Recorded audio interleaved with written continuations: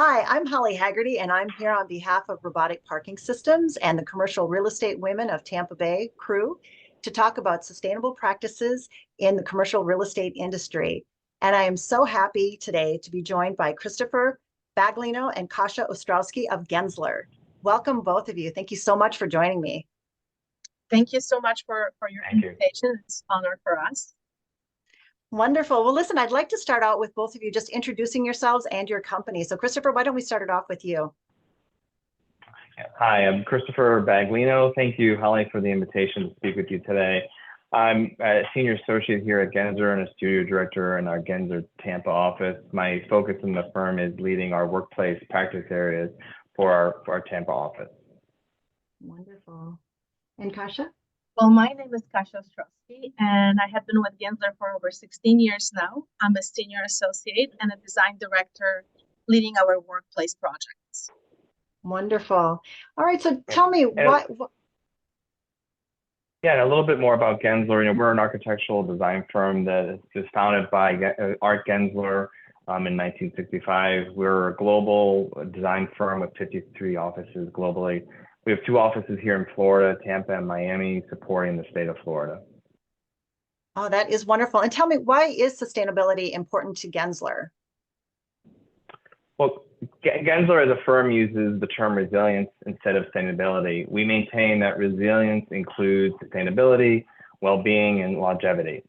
We believe it's important that we incorporate those 3 points because our work puts equal emphasis on building design as well as the building occupants. It's part of our firm's ethos and our philosophy we share down to the individual user level at the space we design. Our firm's founder, Art Gensler, helped found the USGBC in the mid-90s, which introduced the LEED rating system that we all use today. LEED certification introduced an important framework for healthy and highly efficient and cost savings green buildings that provides benefits to the buildings and spaces we design. Today is widely used green rating system used in the design and construction and real estate industry. Gensler also made a pledge to the AIA 2030 Challenge, known as the Carbon Neutral Challenge, back in 2009. We've been publicly reporting on our project performances for the past 15 years. Gensler accounts for 2/3 of the reported project data, as we believe it is important to showcase our importance and resilience and to be transparent about it. To expand on that, on resilience as a firm-wide philosophy, our global co-chair, Diane Hoskins, has spoken at the last 3 Conference of Parties Summit at programs started by the United Nations, addressing world powers on how we can work to limit the effect of climate change in the built environment. Wow, that's amazing. I love that you use the term resilience. It takes it beyond sustainability. It's just beautiful. And I had no idea that Gensler was so involved in the LEED certification. That's all wonderful information. So what sustainable practices do you offer clients? Well, I think it's important to state that we do not see resilience as a box, that we check off at every project. That's not how we work. It is simply our moral and business imperative, and it's a part of our everyday approach. So that's important for us to state. With that, we collaborate with our client and incorporate that sustainable approach in each stage of a project. So we start with a strategy. Then we go to visioning, design, and finally to implementation. And it even comes down to the industry partners that we work with, as well as material selection, which is essential. Okay. As Christopher mentioned, Gensler also supports third-party certifications. So we obviously support LEED, WELL, Fitwell, Green Globes, etc., etc. That is excellent. When did you start this initiative? When did you start working on the resilience? Well, I started working on resilience probably the first day of my job, to be quite honest. That's how important this to us. But honestly, I can't even remember and pinpoint a date when we consciously said, we're going to do resilience, we're going to do sustainability here. It's just simply part of our brand. Wonderful. And what specifically are you doing? Like, what initiatives are you working on? Well, like I mentioned earlier, the firm maintains that resilience is both a moral and business imperative. There are two initiatives that address Gensler's commitment to combat climate change and uphold environmental stewardship, and that is our GC3 and our GPS. The GC3 is the Gensler's Cities Climate Challenge. This is a guide on how to help our clients reach their unique carbon targets. It relies on a 5-point approach that outlines our strategy to net zero carbon, including educating ourselves and our clients and measuring our impact. We're driven by our Vision 2030, a firm-wide goal to make all projects carbon neutral by 2030. We've also unveiled our GPS initiatives, our Gensler product sustainability standards. These standards established sustainability performance criteria for our top 12 products that are used on projects that we work on, both architectural and interior, and we're actively rolling out that initiative on all of our projects today. That's wonderful. Is there a specific activity you'd like to highlight? Well, there's two projects we'd love to highlight for you. And the first one is the FIS headquarters in Jacksonville.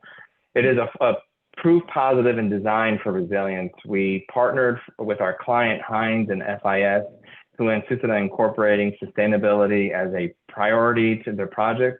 We took this as a rally cry on how we can deliver on a most high performance level. The project is undeniable a community impact story. FIS's headquarters is located in the St. Johns River in downtown Jacksonville, an area that was severely impacted by Hurricane Irma. We wanted to be sensitive to that location, certainly, and so we brought in coastal resilient experts to conduct studies on how we could approach the design. The project approach has set an example of new development along the Jacksonville River. The project's been awarded LEED Platinum, WELL Gold, which is a great achievement that we're very proud of. Wonderful. Well, that's a huge project, right, that Christopher just mentioned. I think what's worth mentioning also is our own project, our home. Our new office in Tampa. We just moved to 1001 Water Street downtown, and we're very proud of that. Moving to our office to this location had made a perfect sense. Among other architectural fellow firms, I think we're part of this highly creative community and firm, and we're eager to create destinations that simply, caters to our incredible talent that we have and embodies the kind of environment that we always advise our clients to go into and enjoy.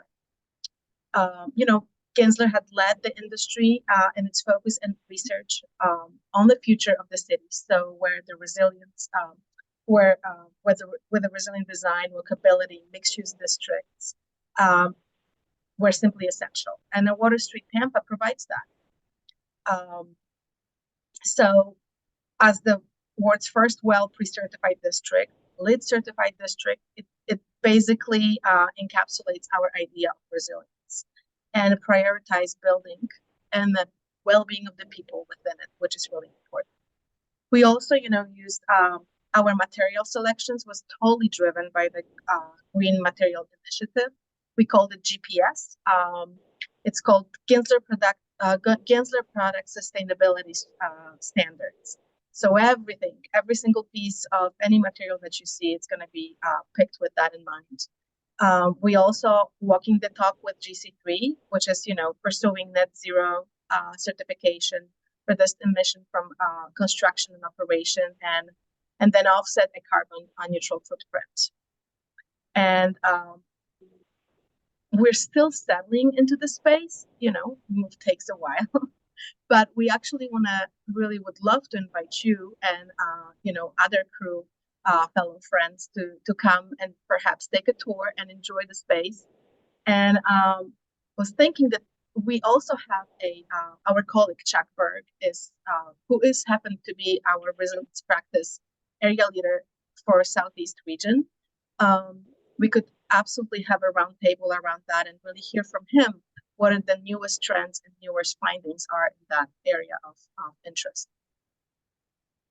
Wow, that is really generous. And I look forward to that opportunity to come over and learn more about what you're doing and see it in action. That's wonderful. Thank you so much.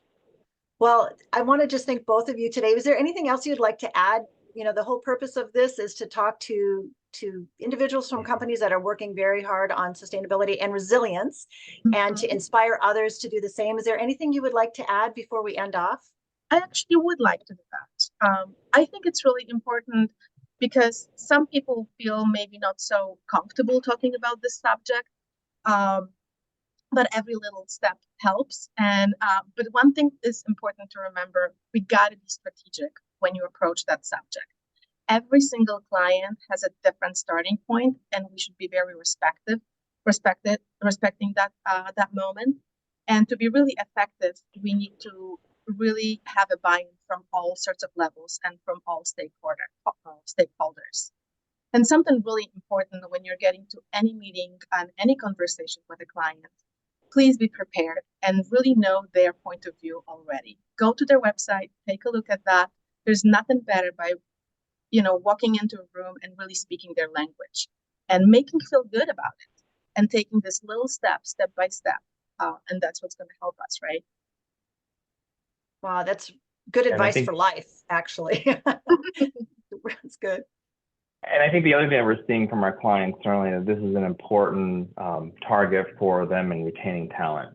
We're seeing younger generations seeking workplaces that prioritize sustainability and resilience.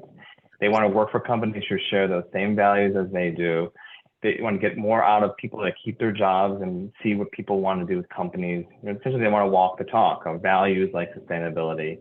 You want to do good, and they want us to do good, within the places they're working. So I think everything that we're doing and aligning those design goals, I think, is also important in the younger generation that are certainly up and coming into, the new companies, and really I think it's a critical goal for many companies in retaining new talent is an important attribute too.